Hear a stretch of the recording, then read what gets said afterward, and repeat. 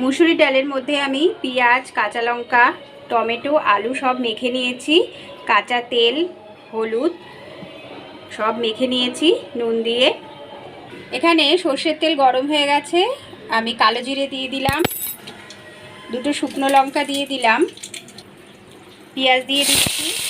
পেঁয়াজ আমি লাল করে ভেজে নিচ্ছি।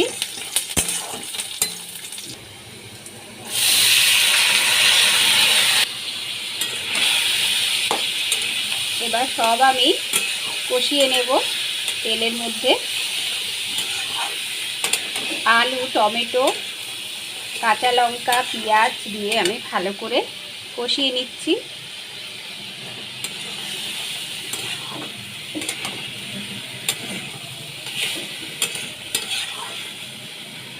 এবার আমি জল দিয়ে দেব।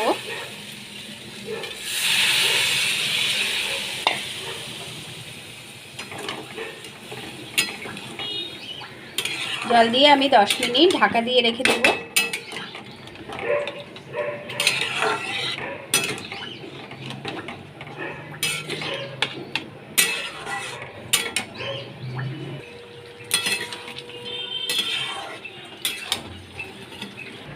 ধনে পাতা দিয়ে দিলাম।